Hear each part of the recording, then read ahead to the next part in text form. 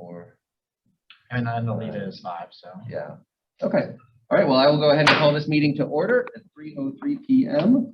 Do you have the continuity of government ordinance? I'm sorry, I always forget my wording here. This hybrid meeting of the Jefferson Madison Regional Library Board is being held pursuant to and in compliance with Albemarle County's ordinance number 20-A16 on an ordinance to ensure the continuity of government during the COVID-19 disaster. Thank you very much to everybody who is joining us remotely or here in person at Northside. We will begin by confirming the minutes from our last meeting. We had a couple changes. Thank you very much for those that got sent around. Did everybody have a chance to review? And if there are no concerns, do I hear a motion to adopt the minutes from our last meeting? Move the motion to adopt the minutes. Thank you very much. As amended. As amended. All in favor? Aye. Thank you very much. Let's see. Any announcements or public comments?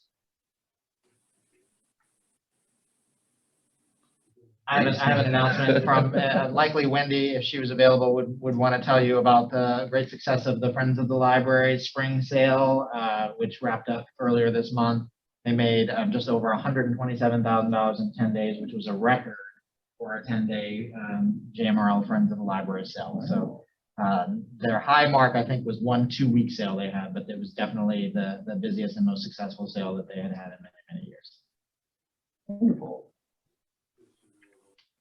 Any other announcements, board members? Do we have any attendees from the public who wish to speak?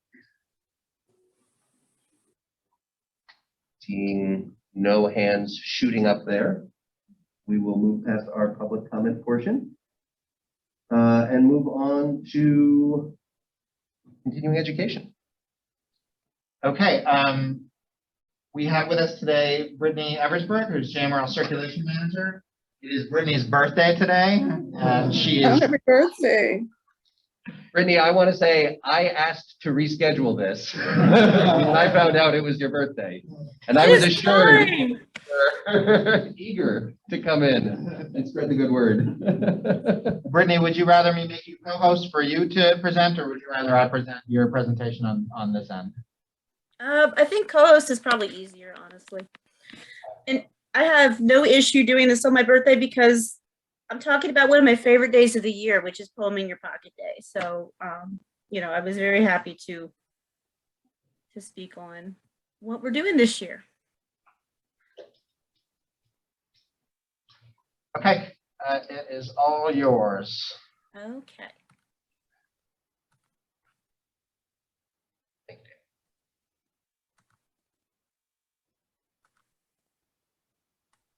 Let me know if you cannot hear me. Sometimes the audio on this laptop goes in and out.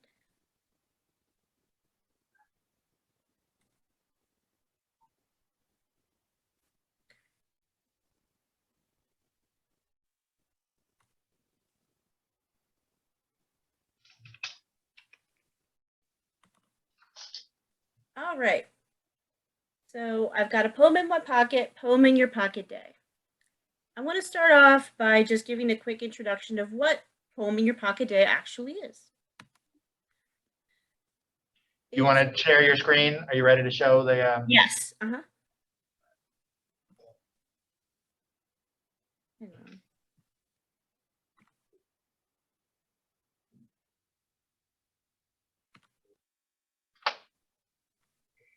Perfect.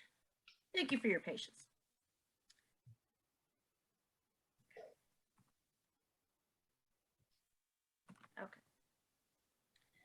So I've got a poem in my pocket, Poem in Your Pocket Day. I wanted to start off by just saying what Poem in Your Pocket Day actually is. And it is a day-long celebration of poetry during the month of April, which is National Poetry Month. Usually it's like the 4th Thursday in the month. And it's been on my birthday before, actually, which was really fun. And according to poets.org, Poem in Your Pocket Day was initiated in 2002 by the Office of the Mayor of New York City in partnership with the city's Departments of Cultural Affairs and Education. And in 2018, the Academy of American Poets took the initiative to all 50 states and encouraged individuals around the country to participate. One of the fun facts that I learned when I was getting this presentation together is JMRL is one of the only public libraries mentioned on poets.org for our Poem in Your Pocket Day activities.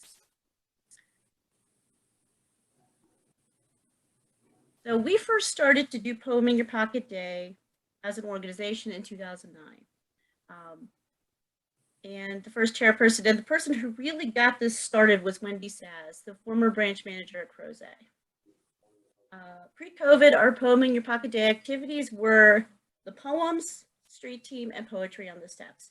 So I'm going to show a video really quickly that was from the first year of Poem in Your Pocket Day to kind of give a snapshot of how things were. Poetry is something that's immediately accessible. It's small. It's like having a book group discussion, but somebody can read the poem on the spot. Today is National Poem in Your Pocket Day.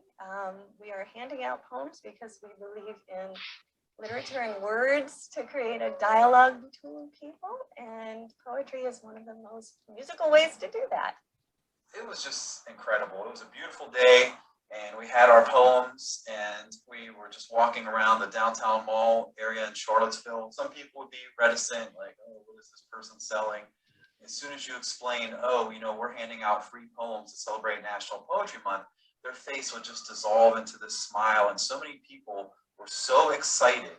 Because at the library, you've already got the people coming in that want to be there, but the people out into the street that put face to this place that they might not now.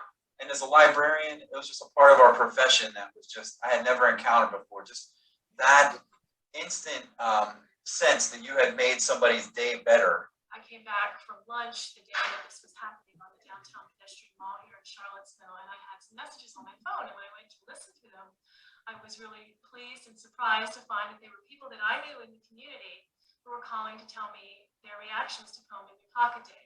And also with the idea that the mall, which is designed by Lawrence Halpern, with the idea that there should be creative and spontaneous intersection among people and ideas, and then if you have a long stretch of pedestrian walkway that people will stop and talk to each other and create a sort of impromptu town hall. So we have collected permissions to reproduce over 70 poems, and we've reproduced them, and we've had volunteers from the Charlottesville Senior Center. I know another group that rolled poem scrolls for us were UVA students of their programs council. Poem in Your Pocket Day comes at the end of the school year, right at the beginning of final exams, when students really need something to sort of lighten their load and provide a respite from their studies. We've had volunteers from high schools like the Field School of Charlottesville. Wendy told us about this awesome project, Poem in Your Pocket Day. First, we went through and they read all of the poems, and we just sort of enjoyed the poetry. And then we talked about how they were going to be passed out in all of these different places in Charlottesville, at the hospital and the downtown mall. And the kids said, oh, my mom works there, you know, and I know people there who are going to get one. And so they got really excited. And we're also distributing them at the hospital complex at UVA. They did this last year and it was so well received, they asked for more this year.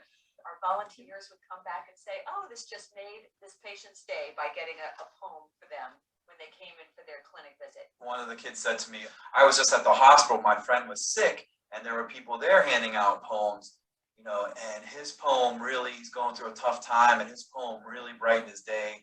And you guys are doing great work. I just can't say enough about it. And he took an extra poem just because he was so excited about what we were doing. And we're giving them out at businesses across this downtown mall. What we've been doing is giving everybody on that day a poem with their lunch. And it's been a resounding success. Everybody loves the food, and they love the little poem, and they come back for more and ask, you know, what it's all about. I've never gotten a repeat poem. I've eaten 3 or 4 lunches over the course of the day and never got the same poem, so that's been pretty impressive. What this tells me is that this is a successful program for getting outreach into your community, for reaching people who might not come into the library, but a really positive way to go out and interact with people. This kind of work coming from the public library inspires creativity in everyone. And what you notice when you give out these poems is somebody will take it carefully and read it in private. And often the next thing is to share it with somebody. And that's what this is all about, is sharing.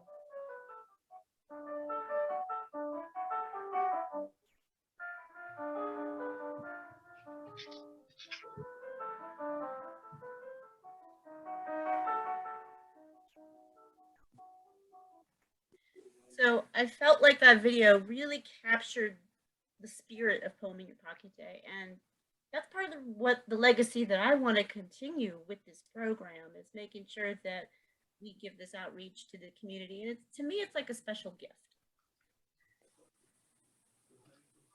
Oh, let's continue. So this year, you know, we had a little bit. We were all set to do Poem in Your Pocket Day as normal before we had COVID shut down.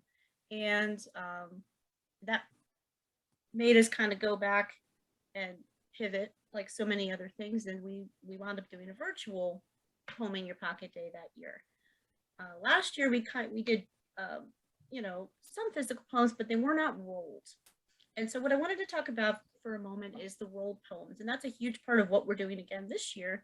And that's a part of what people really, really miss about Poem in Your Pocket Day. You know, I've had patrons come up to me and go, so are we getting the rolled poems again? When is the poem day? And they really, really do look forward to it. So I wanted to give a shout out to Naacp. This year, I feel like they have almost single-handedly rolled every single poem that's going out to the community. And it's a very tedious task. I mean, they use pencils and they roll around the pencils and there's ribbon and a sticker, but it's a really special thing to continue for this year. And I really wanted to take a moment and thank all the Naacp staff for doing that. We have over 2,000 plus poems that were rolled every year pre-COVID, and this year is no exception to that. We have gotten that number back up to what it was. And this is the first year we're continuing that again. And they're going to be, as the video indicated, they're going to be distributed to all JMRL branches, local businesses, and hospitals. So tomorrow, you may see me walking around the downtown mall with various bags of poems to give to the local businesses. And today, we had some poems that went out to Splendora's in the Stonefield Shopping Center.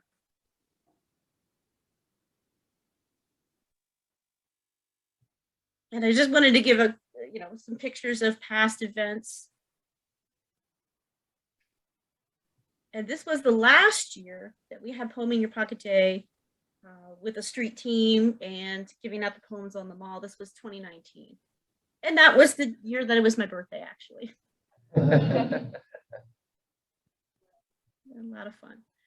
Oh, and I wanted to mention the shirts. I am wearing a Poem in Your Pocket Day shirt.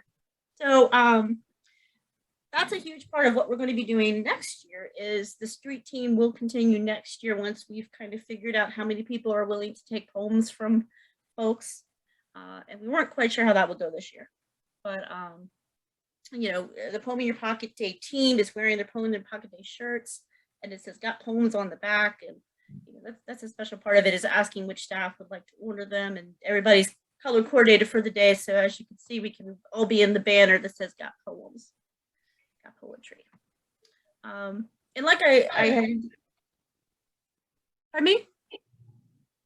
Yeah, sorry. Okay. Like I had indicated, you know, we had to really pivot in 2020. Like a lot of different things. We had everything set for Poem in Your Pocket Day, and then COVID happened. 2021, it was bookmarks, no street team, but we did lots of virtual programming. And this year we took the opportunity to learn from our experiences with virtual programming. And so we've incorporated that into this year's Poem in Your Pocket Day. The big differences are we don't have a street team this year, and it's slightly pared down when it comes to that aspect of it. So like I said, what's new? No street team, but we do have programs. So we're doing Dial a Story. Dial a Story has been going on the entire month of April, by the way, with poems. But this one is Daniel Finds a Poem by Misha Archer. and it is read by lots of different staff and volunteers. I'm the squirrel, and in fact, my husband plays the owl. The book is really cute. It's about a boy named Daniel who goes around asking various animals what poetry is. And we're also doing an afternoon with Lauren Chauvin. It's going to be a chat with a local poet about her book, The Last Fifth Grade of Emerson Elementary. It is very funny, very relatable. Our own Tasha Burkhead will be asking the questions, and I'll be helping moderate. And finally, we're doing poetry in the park at 7. So it's just kind of a free-flowing event. We're going to be reading and listening to poetry. The community members can come up and read poetry that they've written or poems that they like. I will have options for people too if they're not sure what they would like to read. You just come up and get a snack. We're going to have a story walk, and you may visit the bookmobile.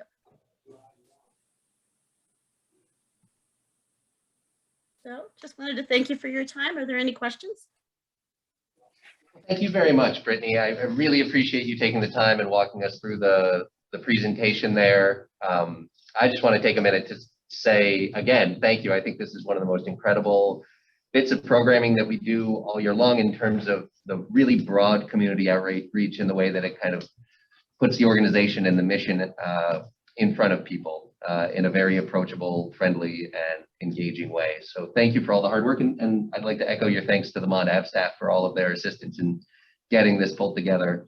I have maybe a question or two, but I'll open it up to the rest first and see. No. I'm curious to know, are you planning on bringing the street team back next year? Is that what you said? Yeah, so we're kind of doing we're going to do a modified street team next year. What we were finding is that with the waves of staff and volunteers we had going out, it was saturating the downtown mall and the grounds, because that tends to be where our street team is. So we were going to have to reevaluate that anyway, and then COVID made us reevaluate it even more. Because I think this year folks may be a little hesitant to come up close and get a poem from us. And so in lieu of that, they're being sent to locations around town where they can be picked up. Did I understand that right? Okay. So they're going to be distributed to local businesses. Like I said, I'm going to be distributing downtown tomorrow, and they're also going to be at the hospitals. Well, if nobody has any other questions, I think we'll give you the rest of your birthday back and say thank you one more time for taking the time out of your day to share this with us. It's my pleasure. It's good to see everybody. Thank you, Brittany. Thank you, Brittany. Thank you very much. Okay. Well, we will move along in our agenda to committee reports. We have a policy committee report, maybe. Okay, the policy committee met earlier this afternoon and discussed a couple of things. One is we finalized our recommended version of the website policy, updated website policy, and that's an agenda item for a few minutes from now. We then talked about what we're going to now call the suggestions, feedback, and complaints policy. And that discussion centered around the extent to which, well, we discussed a lot of potential sort of operational improvements to how we could collect and centralize feedback in a way that it can be more digestible in terms of trends. And I think we're going to mostly lead. And so part of the question was, to what extent do we want to require or designate that at a policy level, or sort of leave that to the director as a just sort of something that the director would come up with on an operational level to see as he best fits to achieve some certain result that we can potentially define. And I think where we've landed is we're going to make reference to that we want to see this centralized in some way. That David has a lot of operational ideas, I think, that are going to come into play one way or the other, because I think it's fair to say, David, just looking at this policy prompted a sort of a re-examination of what's Yes. going on, operationally, and so gave you some ideas. But we're going to kind of keep it at a fairly high level. So the status is we've kind of identified some bullet points of things we want the policy to cover, and we'll turn that into a draft for the committee before the next committee meeting in 2 months. Probably a good chance that we'd be ready for a first reading after that meeting, 2 months from now, board meeting. So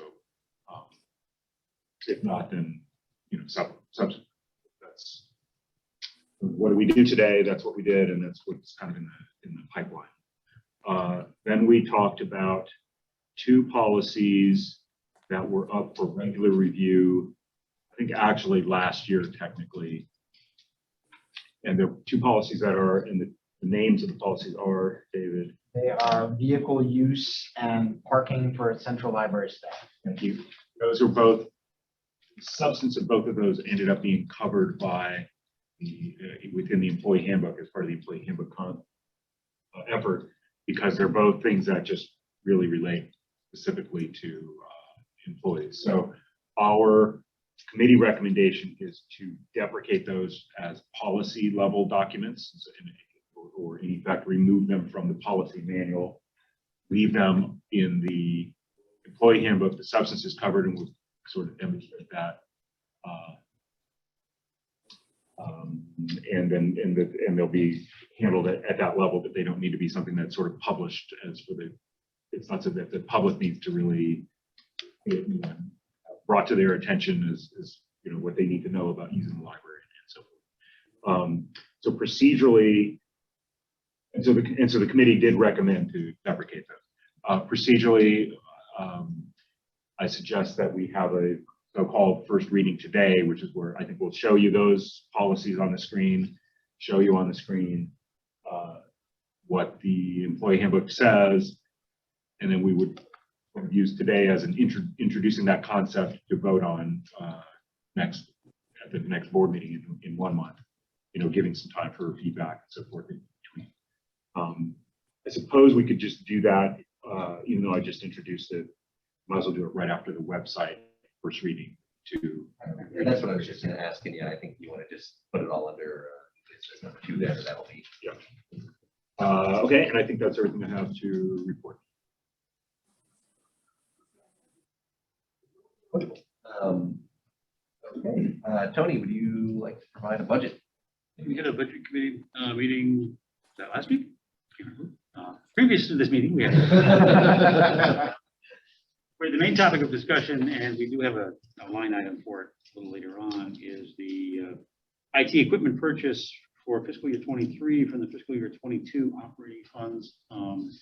David and AJ put together a very good proposal to try and spend a little bit of this year's money to get a little bit ahead of the equipment budget for next year, especially computer replacement. And we'll talk about that, I think, in a little bit more detail when we get to the line item 3 there.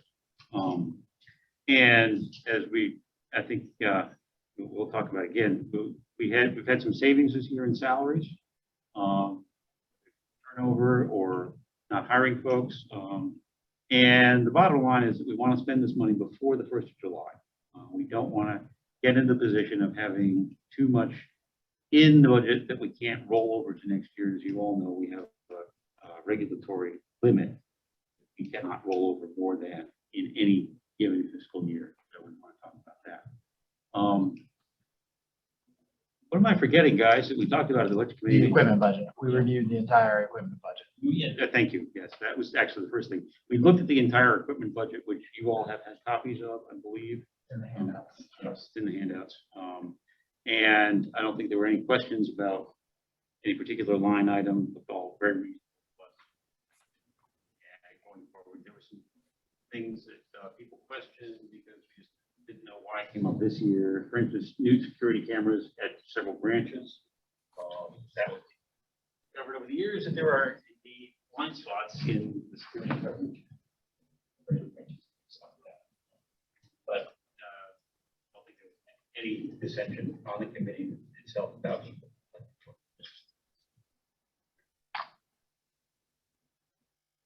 So I think at some point, the board has adopted a proposed budget. The budget committee now has a recommendation that the board append the equipment budget to the adopted budget that's going to be voted on in June. It's just a matter of procedurally how you'd like to do that. You want to put a motion on next month's? Do you want to, because the full board will vote on the full budget, including the equipment budget in June. Mhm. But we just want to make it public that we're going to append this thing. I mean, as David says, we can make that motion in this meeting. We can table it to the May meeting for approval, just as long as we can spend the money before the fiscal year rolls. Well, this current one is to adopt next year's equipment budget, budget, right? And for that reason, I'm inclined to give us time on this one. I think this being the first viewing of the equipment budget, and given that we're at our, unless Wendy has managed to join us, but I don't see her. I believe we're at. Oh, yeah, she is. She is here. Okay. Mhm. Still, we're missing a few members, and I think giving everybody a chance to look this over before the final vote on the budget in June would be good. And if we feel any urgency, we can still come back to it in May. Okay, so Thomas, you would like for next month under old business to have a vote to append the equipment budget. Are there any questions? Did everyone get a chance to review it? Is there any interest in looking at the equipment budget now, or just do that all? How do you guys feel? I would be interested in reviewing it in handout form between now and the next meeting. Okay. And the draft is in the current handouts. Okay, so we'll give ourselves a little bit of time on that one. Come back around to it next month. Perfect, thank you. Thank you. Anything else, Tony? No. Okay, thank you very much. And thank you to everyone on the budget committee and the policy committee for all your work there. Moving on into new business. We have an exciting resolution to read to recognize JMRL's own Stella Poole. Oh. Well, whereas Stella Poole began her career at JMRL in 1979 as a substitute and was hired as a full-time staff member in 1981. And whereas since 1979, Stella has worked at the McIntyre Library, JMRL's Books by Mail program, the Central Library, the Gordon Avenue Library, and the Northside Library. And whereas Stella has been the Monticello Avenue Community Network Coordinator since 1998. And whereas Stella has been an active participant in the library community in Virginia as a member and resource within the Virginia Library Association. And whereas Stella has contributed to the growth and sustainability of JMRL as a contributor within management as one-time president of the JMRL Staff Association. Deep breath. And whereas Stella has been a guiding hand in integrating new technologies into public library service in Central Virginia as the Community Network Coordinator, founding member of the JMRL Technology Advisory Committee, member of the JMRL Board Technology Committee, and member of the JMRL Strategic Plan Committee. And whereas Stella's many contributions to the JMRL service area as a public service provider for over 40 years will be long appreciated by members of this community. Now, therefore, let it be resolved on this 25th day of April, 2022, that the Jefferson-Madison Regional Library Board hereby recognizes and extends their appreciation to Stella Poole for her dedicated service to JMRL and the patrons of Charlottesville, Albemarle, Greene, Louisa, and Melbourne.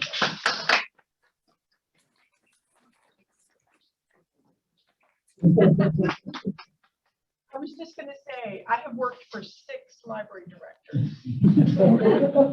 That may be a record. When Mr. Dickerson interviewed us for the movie, I was thinking, I've worked here almost half of the 100 years. So it's the people that make it special. It really is. Well, and Stella, it's people like you who make this a special organization. Thank you so much for Thank everything you. you've done to us. Thank you, Stella. Thank you.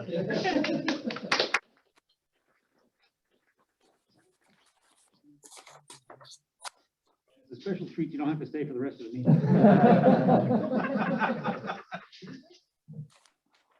A much less exciting reading to follow. Note no offense to the website policy. Quick note, Thomas, Oh, yes. Wendy says that she's having audio issues and isn't able to unmute her phone. So her vote, we would have to record as, we'd have to read out a written. Okay. It seems like she can chat. Yeah, she can chat. So if she submits a vote, Yeah. if you submit a vote via chat, we'll read it into the record. Okay.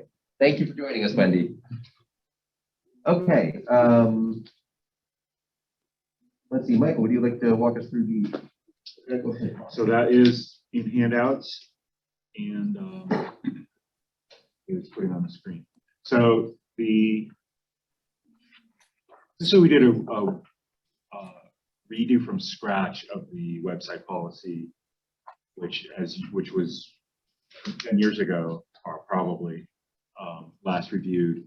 The previous version was very kind of detailed and specific, and because of that, and because it's in the technology realm, it kind of didn't survive future proofing very well. And also that some of those details were really operational type of stuff that didn't need to be necessarily addressed at a policy level. So we really kind of started from scratch.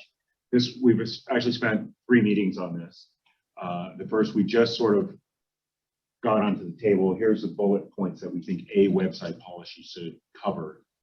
Second meeting, we kind of turned that into flowery language, and then got some feedback between that then and now that kind of resulted in the third meeting. The first half of this, I guess, did I tell you all this? We're doing a vote now, right? Or is this okay. I got confused whether, okay.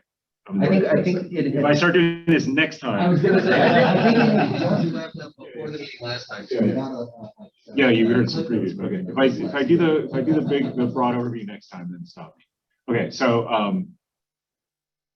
in the first half, we really kind of just wanted to lay out some principles or high-level characteristics that we wanted to. So first of all, I want to make clear that the website, in my opinion, and I think the committee's opinion with this policy, is a key resource for the organization. It's a little more than a display in a branch somewhere. It's sort of the online gateway to the whole system, and that's without coming to a library branch.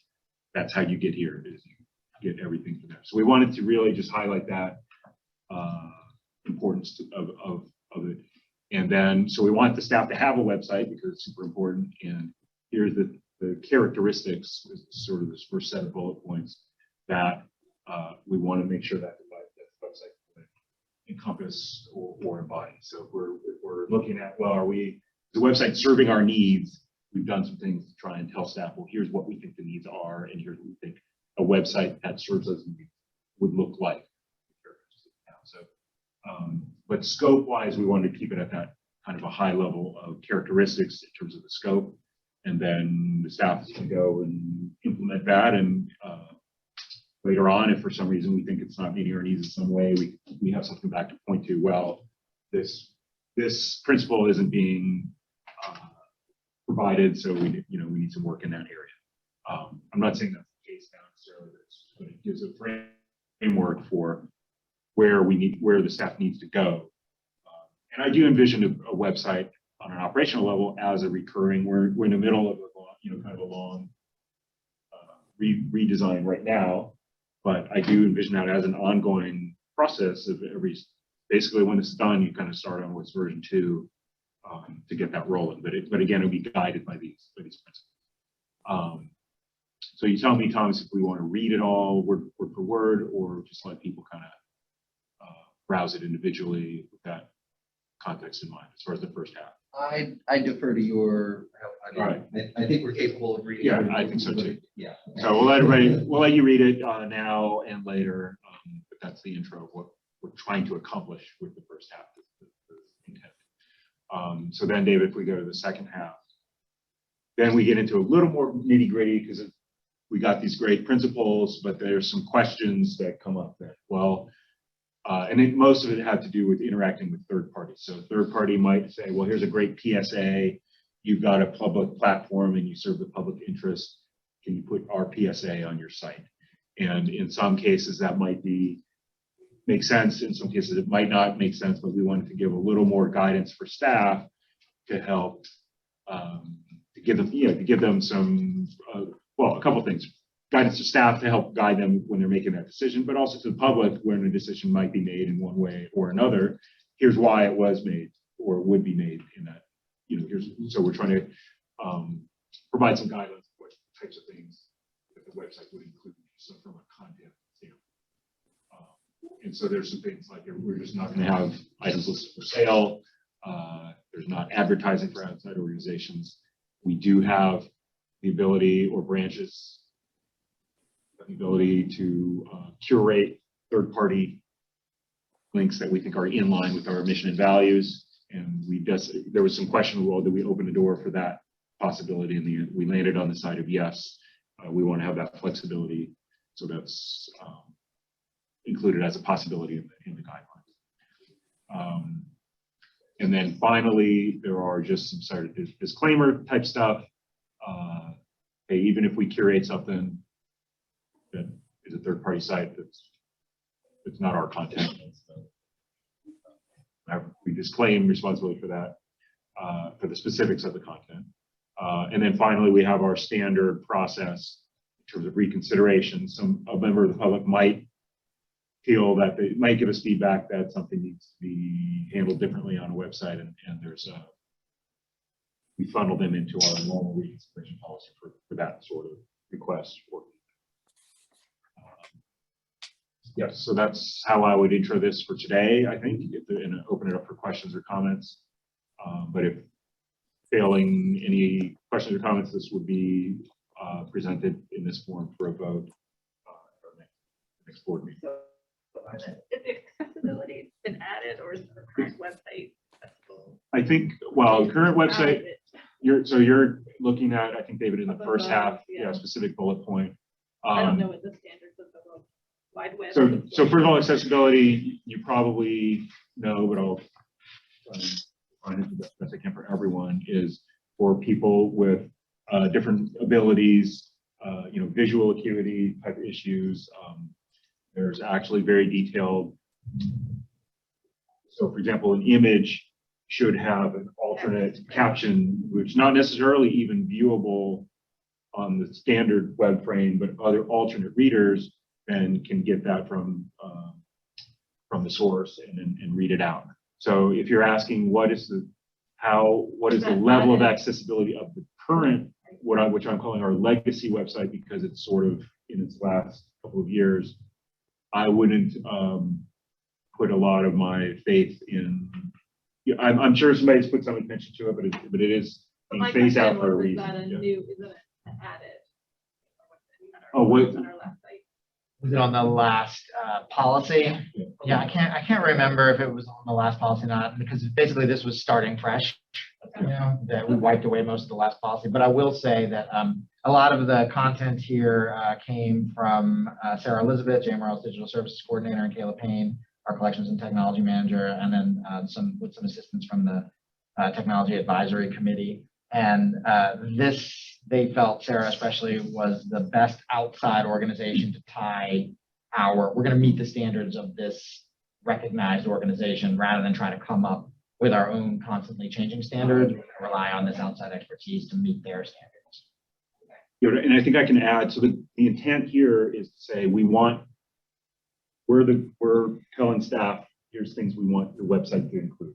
So we're saying it's important for the website to be accessible. So we want you to incorporate accessibility as part of your implementation. And that's really just all we're trying to accomplish here. The rest of the wording is more of, as David points out, just trying to define that a little bit. Give it one more level of definition of what does that mean. So I do web work for Okay. VA, and Okay. so we're required to do a bunch of things. But I don't know that organization, but I do always caution if there's an advantage to using an outside organization to set your policy, and then you have the problem, which is suddenly all their links are broken, and they've redone their organization, and now it's not exactly aligned with you. But if they felt it was the best. Yeah, I think we started with. My impression is our current site is not particularly accessible. I think we have standards that we use, you know, for links. We want to make sure that our PDFs are readable by accessibility software, things like that. And Stella actually had in the lab for many years that JAWS software available for folks to come use, and it's just like one of those weird things. So, I would be surprised if there weren't language in the current policy that says something about strive towards. Right. I think we wanted to tie it to a more definite, this has to happen. If you have suggestions, though, Meredith, on other, I hear exactly what you're saying. You tie it, you say, okay, we're going to do this thing, and then you look back in 3 years, and it's like they're selling used DVDs or something. They're gone. Yeah, they're gone, right, yeah. No, it's always interesting, because I think, especially with website stuff, that feels like but perhaps it's becoming more solidified and more standardized. We were looking for a standard, and I think this was where we landed. Yeah, and I think the goal is just to give it one level of definition rather than just saying, make sure it's accessible. Because then the staff feedback from that was, well, what is it? How do I know if I was successful or not? You know. Well, I like that you're being flexible, because I feel that probably there's going to be things around the corner.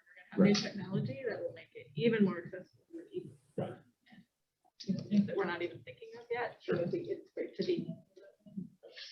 And I also think, you know, it's policy, so it's the word informed by. Yeah. That's not your exit. So it means that, you know, there's some, we're going to use that as our guidelines. Excellent. Yeah. Really, my goal was just try and do the right thing there. I think that you guys have done a really good job writing this, because I think it's really important to be clear. So as I said, I work for a nonprofit as well, and they will get these calls and people will be like, do you sell advertising? And they're like, have you looked at our website? Because like, you know, I think it's really just important when you have new staff coming on, it's just, okay, this is what you say when you answer the phone and someone asks, you say, oh, our policy says, that's not, you don't do that. Ending them by saying.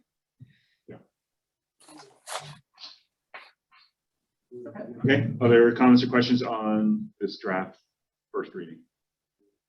I'd be curious to know what was the biggest sticking point in the conversation about this? It sounds like a really big project, and where was there the most concentration and conversation among the Probably this first half is just basic to me. What I wanted the first half to say, it needs to work good and looks good. And then they made you put more words. Yeah, but we need more words to, like, you know, try and define that. It was, I think it's in a constructive way. I would say there's a little negotiation of what's the right level of, you know, between the staff and the committee of what's the right level of scope to, and exactly the type of thing we just discussed is what's the right scope that gives you enough flexibility, but enough definition to kind of make it clear what we're going for. So that took some thought, some careful thought, and some really good discussion came out of it. Any other questions? No. Okay. Okay, so then we'll do a first reading now, quote unquote, of the policy proposed for deprecation. So I think, David, if we go one by one. Yeah. Okay, vehicle use. Start with vehicle use. So this is what it said. I'll go ahead and I'll let you, David, perhaps. Sure. Yeah. So this policy basically says library vehicles are for official use only, be operated within strict confines of the law. So don't break the law if you're driving JMRL's property. If you get pulled over for something that you were doing illegally, then that's your responsibility. And then there's a caveat about what the procedure is here in order to be able to drive a vehicle from JMRL. So these are covered in the employee handbook in a little bit more detail, in fact. So there's 3 sentences in that vehicle use policy. 2 of them are directly here in the handbook. So it says we have these for work-related travel needs, a little bit of information for staff about where they are and how to get them, how to sign up for them. Try to use them if you're traveling, just basically rather than using your own vehicles. And then they're for official use. Make sure you're following the law. Notify your supervisor immediately if you're involved in an automobile accident. So the only bit that didn't get carried over was this: all operators of library vehicles must have a valid Virginia driver's license and complete and authorization to obtain motor vehicle requests for insurance purposes, because this is no longer the case. That was a holdover from a prior insurer that required that authorization. The current insurer automatically insures all employees that have a valid driver's license. So the first two things are covered in the handbook. The third thing no longer applies. Yeah, driver's license, Virginia or for any state. And that is in the employment. So the committee's thinking is, this is not something that really needs to be surfaced for public communication, and it's covered. So we need to communicate to employees. It is communicated to employees in the place where we communicate stuff to employees. And so the policy manual is not really the place where we communicate stuff to employees that they need to know for operation. So the proposal would be essentially we remove this from the policy.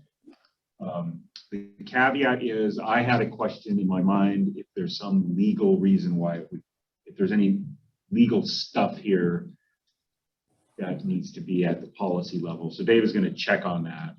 Yeah, I'll check with JMRL. And tell us before the vote whether that might, what answers he gets. But failing that possibility, then. Question is, I mean, I know the employee handbook is only new. Yeah, a couple months. Are we supposed to review it like a policy at any? That's a great question. Or is it now just, I mean, saying, and for your question, is this something that a board is supposed to be reviewing? The board endorsed the handbook when it was completed. It was not a board policy. We ended up on, it's a staff procedural document with the board's blessing, basically. So it will be a living document. You know, if there are changes that need, like if that insurance caveat changes, we would have to update the handbook for that. So I think the goal was to have a working group look at the overall changes every few years, basically, and report policy to for the that? board. No. So this is a good review. My thinking, and I forget whether we really all discussed this at the time, would be that kind of maybe annually, we would just see red lines. Here's all the stuff that changed in the last year. That's your opportunity for the board to weigh in, kind of on a formal level. Sure, we can put that on the calendar. Yeah, I think maybe so. Now, there have been 0 changes so far. Nothing has changed since the board saw it and endorsed it. But this is the type of thing that might change if something changed. And I'm just questioning, I guess there's a question of like insurance, or if there's some sort of rule, but you're gonna go research that. The other thing we discussed when we talked about this just today was that this isn't, I mean, the policies are public facing, you know, that we're concerned the public know exactly how things work, and this became more of a procedural issue when we took out that, you know, we didn't need them to sign anything type of thing. So the idea that, and I'm always in favor of fewer policies, you know, to go through. So that, I mean, I think that was sort of driving this one, and as you'll see it in the next one too. The idea was that it was a procedure rather than a policy. But we can get it on the annual, like I have a list of things that the board needs to do annually, such as a review of the 5-year plan or you know, like the voting for the budget, things like that. We can get it on that list to just at least discuss it and at least say, hey, have there been any changes? What's changed? Keep the board abreast. All right, you want to look at the other one? Yes, please. Okay, so that was vehicle use. Parking reimbursement for central library staff. So already there's a issue there because this is a regional library board and this is a very specific thing about the central library staff. So central library staff regularly working 20 hours per week or more will be reimbursed for 1/2 of their monthly parking fee. Central library staff is not to leave during the workday to move their vehicles except at break time. So that was the policy, as has been. The handbook addresses this.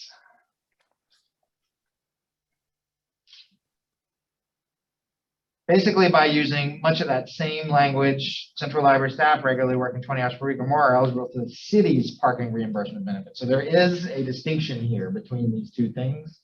JMRL's policy, I believe, predates the availability of a city's benefit for employees that JMRL staff are able to take advantage of. So the policy that JMRL adopted basically says any parking space that you can find, JMRL will pay for 1/2 of it. The handbook now says JMRL will enroll you or assist in enrolling you in the city's parking reimbursement program, which is at the 2 garages, and I think they have one other parking deck downtown, which is not really available, but and that's about 50%. It worked out to a few percent below 50. It's about half. So, and then there's the wording about staff shouldn't leave during the workday to move their vehicles except at break times. Breaks for parking shouldn't interfere with service. So the same thing's there, but it is a subtle distinction that the board should be aware of, that what we're saying forward, staff should do the city benefit, not seek their own parking spots, basically. Now, administratively, we've got folks that have for decades been using the JMRL policy, and there's no intention that we would scale that back from them. Anybody who's currently on using our old policy to get parking, JMRL will continue on that. For new staff, in the same orientation, well, yeah, in their orientation with the city benefits, they learn about parking. There's going forward be a bit of a legacy benefit where There would be I can count on less than one hand the number of employees that are currently not in a city spot, basically. and using the library's reimbursement. Correct. So one note would be that part, that grandfather piece for these very few employees is not written down anywhere. So, but I'd be comfortable with that being handled administratively. Now there's a video record of it for. Right now, yeah. There you go. Anything else on that? So again, the proposal from the committee is just remove this from the manual. I'm sorry, remove this from the policy manual, rely on its implementation in the employee handbook. Yeah. So no vote today, though. That would count as a first reading. Yeah, so I think this counts as, we got it all on the table for the board and the public, and then next month we would have the opportunity for feedback between now and then. Okay. Any other questions about either of those items while they're fresh in our minds here? Okay. Thank you very much. Let's take a look.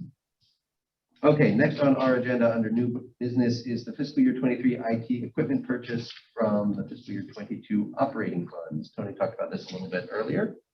Want to elaborate? Do you want me to? No, if you'd like to, that's fine. I'll make the motion. You elaborate, I'll make the motion. Okay, well, correct me if I get anything wrong.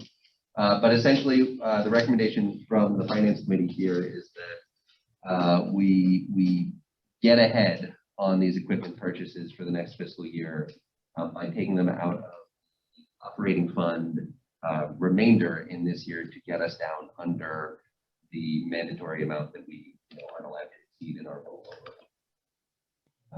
The secondary goal there is to get ahead of the supply chain issues that we saw last year in getting new machines for staff, and we ordered in midsummer and didn't get things until November.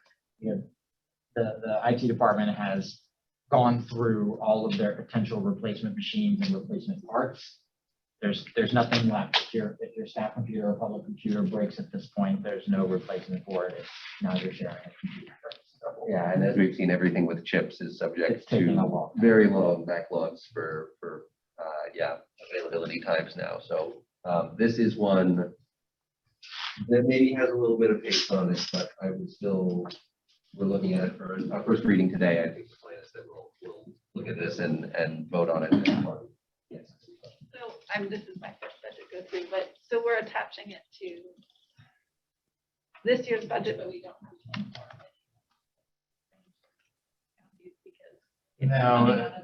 Right. They have appropriated funding for this fiscal year, and this is a change from our organizational budget, basically. Anything that's over a $10,000 change, I'm obligated by our bylaws to bring to you all to vote on. So, and the actual request is for $31,500 to purchase new computers, and we think that we're looking at 35 machines for that amount. Currently, there are 350-ish machines in the system, 200 plus for the public, 134 for the. And you're saying it's coming from operating funds. This is not the general fund? It's, yeah, effectively, those two things are the same in this discussion. And general fund is being tapped for the salary equalization.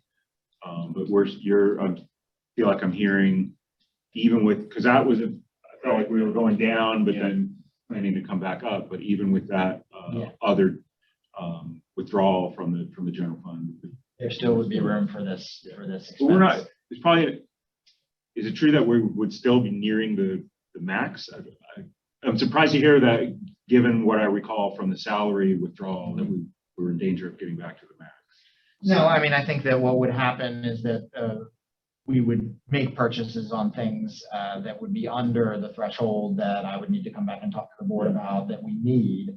You know, this is a way to get a major need taken care of, rather than kind of like, oh, okay, here's some things we've always wanted that we can do now, and like we can, you know, spend this money on this type of programming or whatnot. This would be a way to take care of an immediate need that's a bigger problem. Yeah, I think what I'm hearing, it sounds like a prudent thing to do, but now I'm sort of addressing some curiosity about the balance level of the general fund. Is it more true that, oh, we still have room in the general fund versus, oh, we're going to get ahead of spending so we don't max out? Because in the past we sort of have maxed out, but again, I'm surprised because I feel like we have a plan to kind of use a lot of it. And then we have plans to use a lot of it that's on the table for a motion today. Okay. You know, and that would be for the one-time pay adjustments. That will take care of the majority of it. But there would still be some potential funding there. Yeah. So we're talking about we still have money left, not that Correct. we need to. And then the permanent pay adjustments that we were talking about making over the next 3 years. Yeah, that's what I'm thinking of more. That But that doesn't starts start until July 1. next fiscal. Okay, so that's partly why. Yeah. Okay, that's partly why. So this is the amount, like David said, that we had been looking at for the one-time pay adjustment across. No, that resolves why we're not Yeah. starting to be lower. Beginning balance. a new thing on July 1, Yeah. where we're going to rely on some of the general fund in order to supplement this new. Yeah. And I Okay. think that's probably another good reason why this is prudent to do in this fiscal year where we have room and Sure, availability, and we're already committing some of our wiggle room for a project like that. Okay. I think it would be useful to have a flow chart that shows. Yeah. all there you go. I'm joking because the policy committee was talking about the need for a flow chart to explain budgeting, not just for ourselves, but also to hand out to the public and for our elected officials as well.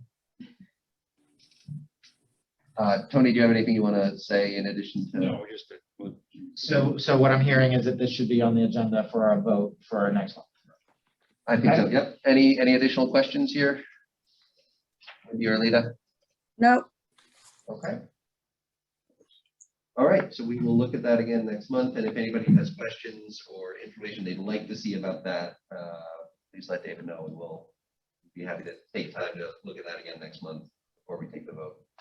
The last item on new business here is naming of the board nominating committee. I misspoke at our last meeting when I asked David to take this on. Obviously, that relationship with the board from his position, something he can't do. So apologies there, putting you in that position. But I had reached out and talked to Wendy, who was kind enough to offer to spearhead this nominating committee this year. So though we don't have our full board, I'll send an email out to reiterate this, but I just wanted to take this opportunity on the agenda here to say, if you're interested in working with Wendy on the nominating committee, please reach out to her. If you are interested in being nominated by the nominating committee, please reach out to her. And we'll be looking for nominations in either May or June, I guess, depending on how quickly that moves, but we would need to have it decided and voted on by June. And the nominations are for our, call them officers, but only basically the president and vice president position. That's Right. Yep. Those are the scope of what's being nominated. That's kind of the scope of the officers that we do at this point, and then the next president will go through the roster of committees as we did a year ago and see, how they want to handle that. So thank you very much to Wendy for taking that on, and for all of her support through my year here. Wendy, you just have to nod and say, yes, I agree. I'm sure she's enthusiastically saying, I can't wait. Okay, and we will move on then to our old business. A couple of votes here, and Wendy, just a reminder, when we call for votes, if you just type it in to the chat there, we'll read that aloud to the record. Thank you. Our first item is on the schedule of library closings, policy 5.4. We looked at this last month and had a couple of questions around the 4-day closure around the Christmas holiday. David, I believe you reached out to some branch managers and have a little more information on that. Yes, this was a topic on the agenda for the branch managers monthly meeting to see if they had received any patron feedback on the similar closure last year, which was 3 days. So the board has given library staff 3 paid holidays at Christmas, at the Christmas holiday for the last few years. And the last 2 years that they've fallen over a weekend where the central library is open on Sundays 1 to 5. So the decision was made last year to close the central library on that Sunday from 1 to 5, although it's not a paid holiday for staff. They had to work, they had to work that schedule, not just during that day, but it is 4 days of library closures. So the answer was no from the managers. They had nothing to report about anybody complaining about not having access to the libraries at that time, the physical libraries.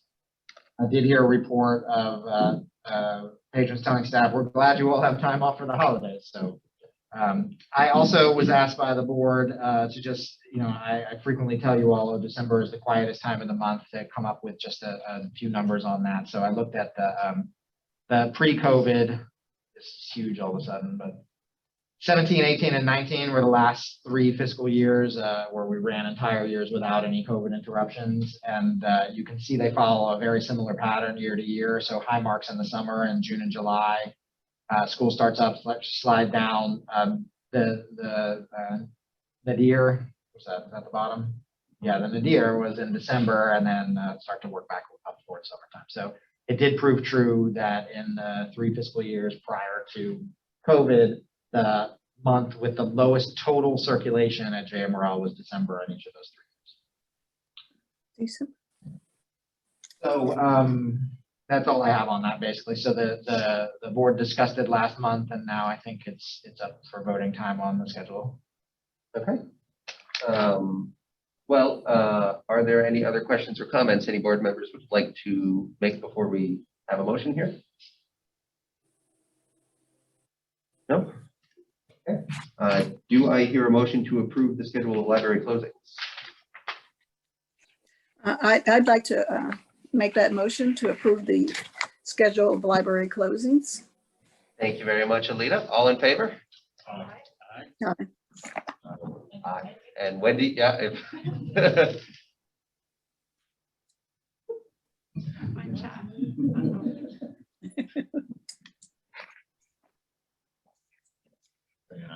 I see an aye. If you can type it in the chat window for us, we'll read it in a minute. Okay. The motion will pass there. I think with the quorum we have and Wendy's incoming vote, we should be fine there. Our next item here on old business is the vote on, and there we are. Yes, Wendy. Thank you very much. Our next item here is the vote on the one-time pay adjustment. David, do you want to walk us through the details one last time? Sure, yeah. So I have a potential motion for you all just to get it all in one place there, but the goal was to provide library staff with a one-time payment from the general fund, the operational fund this year, a total of up to $372,000, and that breaks down to $2,500 for full-time staff, $1,250 for part-time staff, and it's employees that have been with the organization since January are eligible for this one-time pay adjustment. So it will be made clear to staff that this is not in lieu of a raise, not an ongoing payment of any sort. It's something that the library can do this year based on salary savings throughout the year, appreciation for their hard work and service during a tough time. Thank you. Could we put, it seems like there's 3 little simple details. Yeah. amounts you just read, and then the eligibility. Is it Okay. easy enough to put that in? Sure.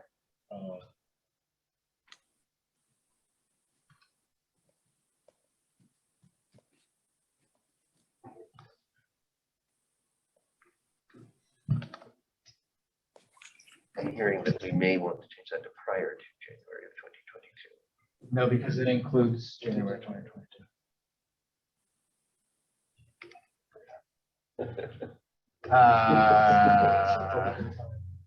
Full time.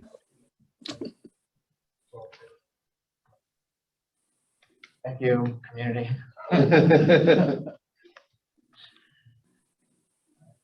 Staff are All so right. important. Does that still make sense? Each shoots and leaves, yeah.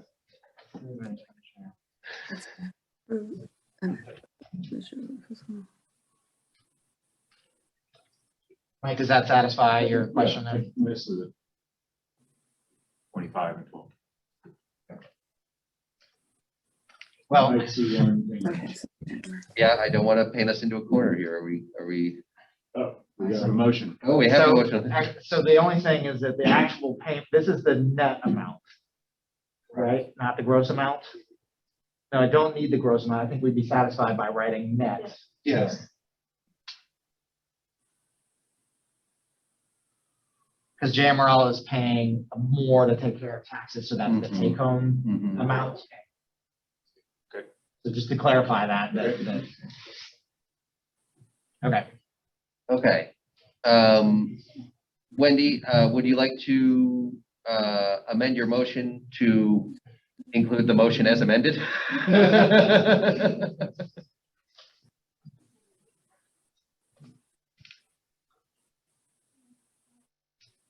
All right. Wonderful.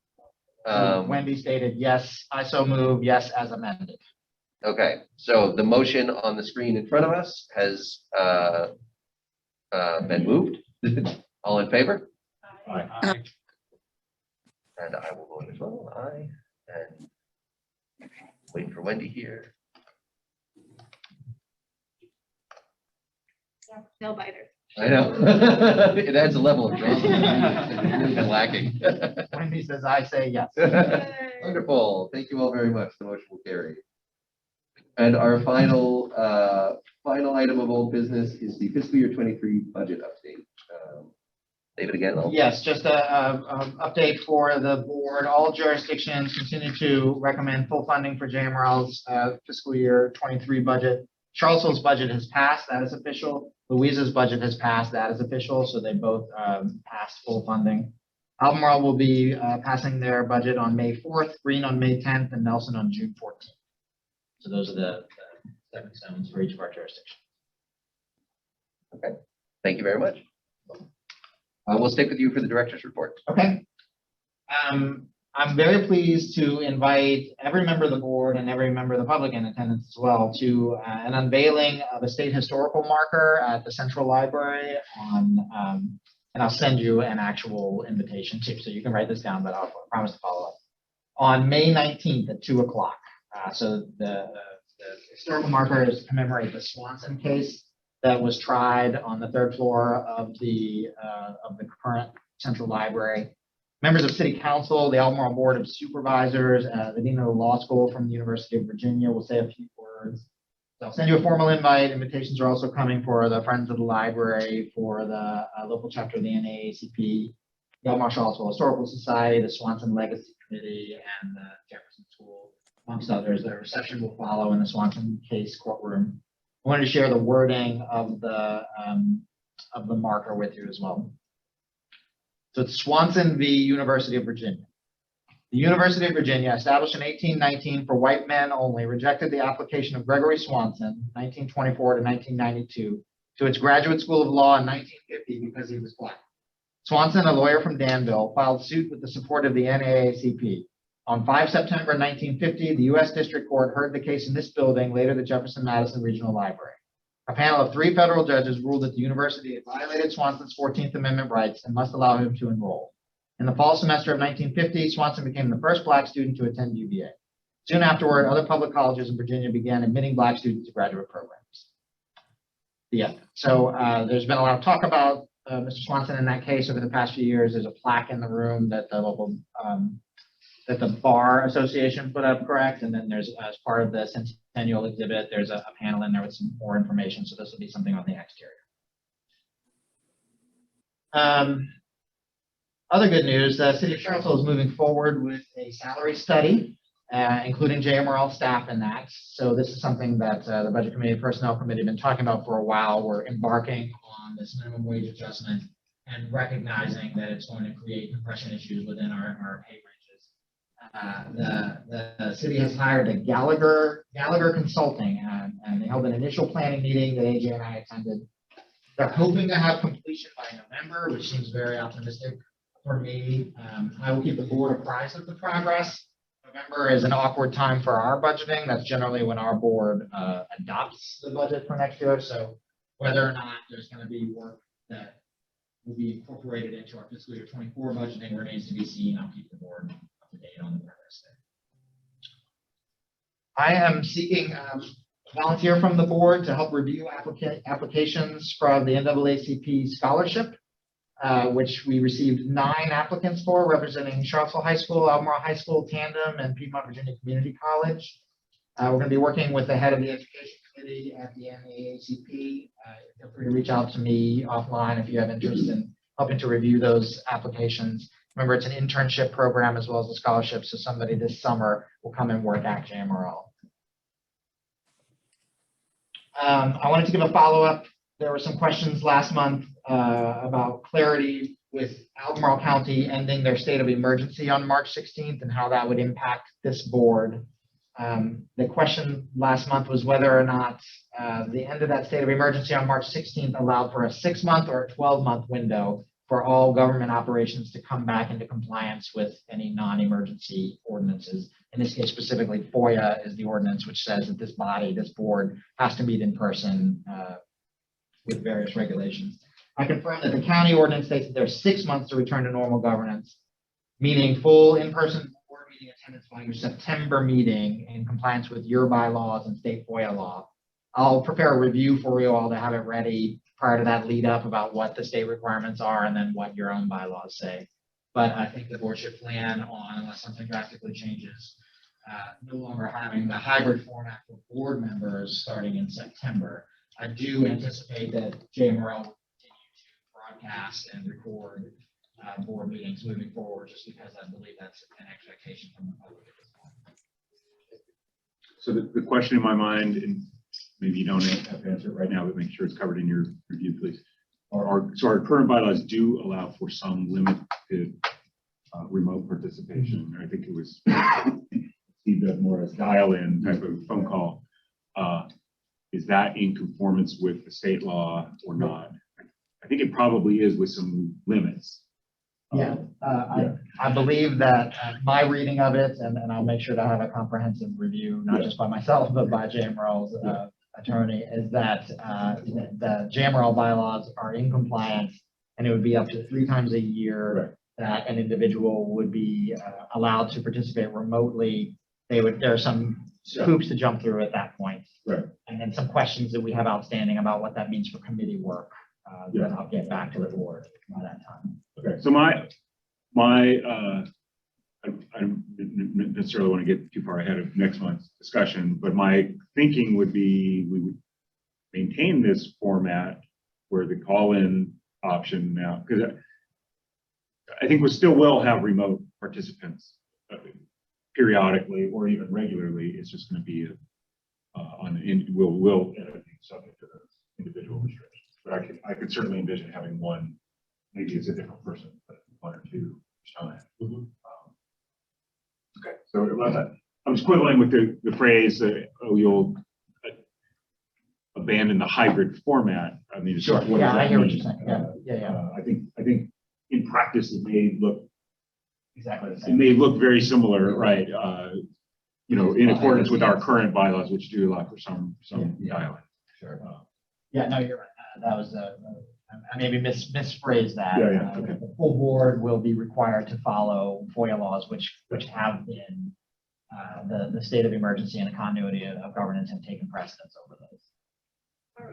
Can committee is exempt from those rules, or you just still have to find out? Great That, question. that is the question of the hour, whether or not our committees will be exempt from those. Because if it's only 3 times a year, does that include your committee work as well as the full board meetings? That's the one remaining piece of the puzzle, I think. And I think the other question would be, does the counter apply to, is it 3 times you miss any meeting, or is it 3 times for you missed the committee meeting 3 times and also separately you miss the board meeting 3 times? That's the remaining bit to figure out. I mean, I think the interesting point, I mean, I know you're making them recorded and available, but I believe it's been more inclusive Yeah. broadcast and It's certainly been. noticing it. And so I'm curious, I'll be interested to see if some of these rules do change, because are we, preventing certain people from joining the board because they're not able to travel as far or are immune compromised or something like that. So, but I guess we're held hostage by the state. Is that? We have to follow the state law, though. I wouldn't be surprised to see state law begin to change. I to think, reflect. yeah, I think that's gonna be the interesting thing. We are a dealing rule state, so localities can only make ordinances as they've been given permission by the state legislature. And I think you're gonna get a lot of that pressure, and people see exactly that benefit, that like, hey, this was, much more accessible, much more available. And we felt like in some ways the quality of work was improved by these emergency measures. I would expect that localities start to ask for a way for some of these things to be made permanent, but we're not going to be the tip of that spear at JMRL. So to a degree, yeah, we'll have to and wait and see what happens. Any other questions? I just have one more thing. Oh, yes, please. Sorry. So the other thing that was mentioned last month for potential board action, but it does not require action at this time, is a discussion about a motion to authorize funding for JMRL to spend funds for the exterior holds locker project. So this has been talked about for a good long while, and what we're going to need down the road is the board to authorize JMRL to spend the money up front and to be reimbursed by a combination of the Friends and the State Library. So we finally do have final numbers in. The total cost of the project is going to be $95,616.30. The Friends Endowment is going to fund $28,400 rough dollars of that, and the State Library is going to cover $67,000 of it. So that's how it's going to break down, and that's the amount that I will come back to ask the board to authorize that we spend up front, basically. Not up front, like after the project is done, but we're going to pay it and then be reimbursed. JMRL will need to put up the money from the equipment fund and get reimbursed. We'll need a board motion to approve that, even if it's a pass-through, because it's not on the approved budget. It's an expense over $10,000. The bills won't come until after the installation, though, so likely we won't have to ask for that until this summer. The hard deadline here is September. The funding from the state runs out in September, but we did finish the RFP process. A vendor was selected, and we're starting work on the project now. It would be at each branch. Each branch would have. It's 6 of the 8 branches. Currently, Central and North Side are not slotted to get them. That 67,000 from the state already committed to our project, or do we get that bookmarked for us when we submit our receipts? I guess my question is there a chance that this money runs out before September and we need to move faster? No, that is the amount that the state got a pot of money from the American Rescue Protection Act, and they divvied it up based on their formulas for state aid and told every library jurisdiction, here's how much you have to spend. Okay, thank you. So I never say never, but, Sure. but it seems to me as if that money is allocated. If we don't spend it, then the state has a problem about what to do with their extra. Okay. They've got this horrible problem. Of Right. too much money. Okay. Any other questions on that? So we will look for a vote on that. It's going to have to be 30 days after the project completion, so likely it would be July, August. Okay. Excuse me, David. Yes. You said there are 19 NAACP applications. It was 9. Oh, 9. Woo. 9. Yeah. And what is the time frame for having to read those? I think it would likely be a few weeks. I think we had told applicants that we would let them know by the end of May. Mm-hmm. But I'm sure some of them, these are high school kids largely, like they want to make plans. So I would like to get these read through and discussed in the next 2 weeks. But we can be flexible if you're thinking about volunteering. Yeah, I was thinking about volunteering. Well, then we can talk offline. Okay. Thank you. Huh?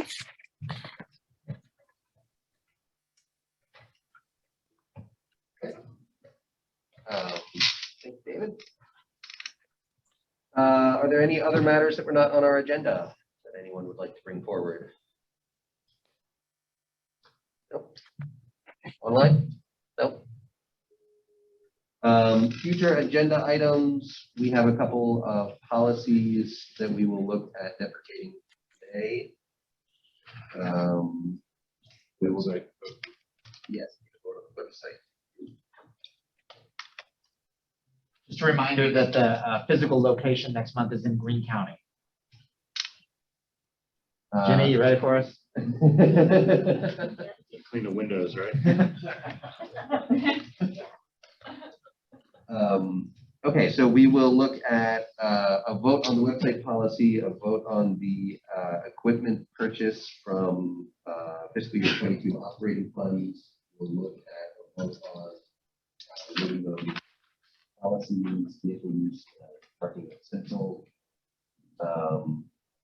If the nominating committee is there, we can consider nominations, but we'll let them decide whether or not that's going to be on our agenda next month, David. Sure. Okay. Am I missing anything else? I am expecting that the technology committee, Wendy, would meet before that meeting. I think we had said we would meet before the May meeting. And then also the 5-year plan committee is meeting in May, so reports from those 2 committees. Okay. And then it's on the schedule to have a closed session for biannual evaluation, which is going to involve some technological. Thank you. I knew there was one thing hanging out at the back of my head I Sorry. wanted to address. Your No. computer? Is it what? Is it your computer? No, it has more to do with the Zoom meeting, and having the open public Zoom meeting that the public will be able to be part of. And then likely we will have to have 2 separate meetings that any hybrid attendees would have to leave one, join the other, and then come back. Yes. So I'll send a full breakdown for how theory work. That's, I was just going to say, trustees, look for an email from David explaining the need for 2 links at our next month's meeting. And I will send an email out ahead of that meeting as well, just with a little thoughts on preparation for that. Well, in the past, there has been an evaluation form that I can send to you again and see if you'd like to use. Yes, I think that'd be wonderful. From the state, yeah. Yep. Okay. Okay. So we will have that on the agenda there as well. And yes, in green, thank you very much.